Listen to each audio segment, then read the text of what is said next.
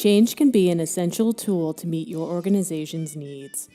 But we all know change can be difficult, and there are those who resist it. The hardest part about change is fear of the unknown. It's not knowing what exactly you're going to be doing tomorrow. Sometimes it's not so much that you're going to be something different, it's that you aren't sure what that something different is. This is often due to competing commitments. Competing commitments are underlying conflicting goals, often unknown to you or your employees. I think the reason it's hard for people to change is that, one, you get used to routines. Routines are comfortable. You also get good at certain things because you do them over and over again. When you get thrown into a new world, you don't feel competent right away, and that is uncomfortable.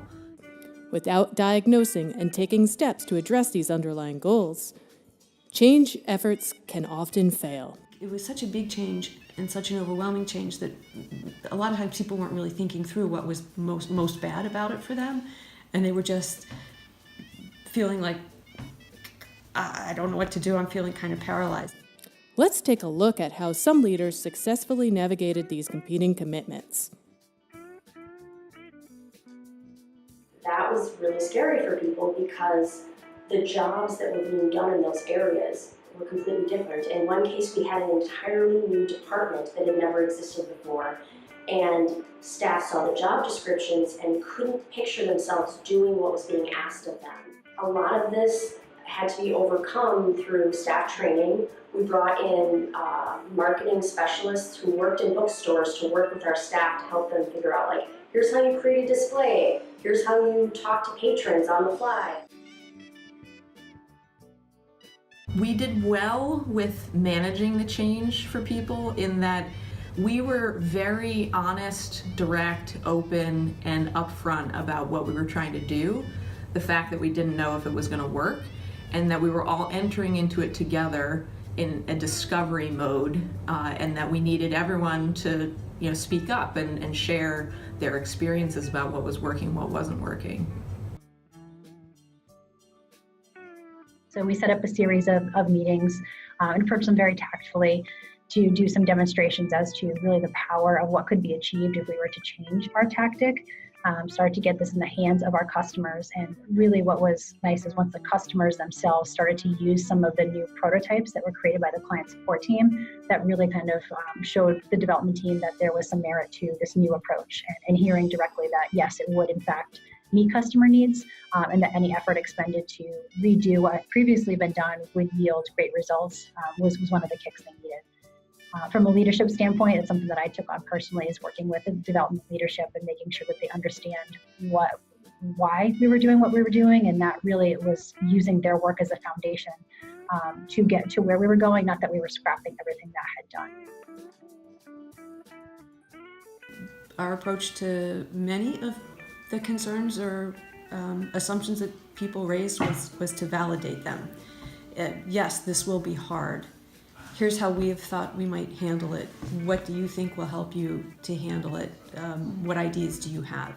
We talked about it a lot. We talked about it a lot as we knew this was coming down the road in staff meeting settings or in group settings, to troubleshoot with our teams what they were worried about or what we might anticipate as disruptions, but then also talking to people individually,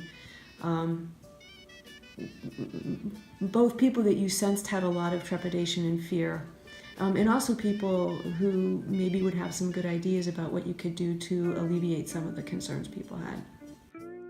After hearing from these leaders, how can you begin to identify competing commitments in your own change efforts? Through a brief reflection, we can help you begin to explore these underlying commitments. Think of a few people that you respect and trust and write down their names. Some examples include a professional mentor, a friend or a trusted family member, or a peer from school or work. Ask this person if they are willing to help you diagnose your competing commitment. Often, this outside voice is critical to uncovering your competing commitments.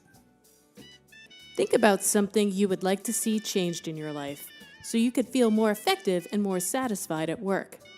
Take time to write it down. Think about what you care about most in this situation.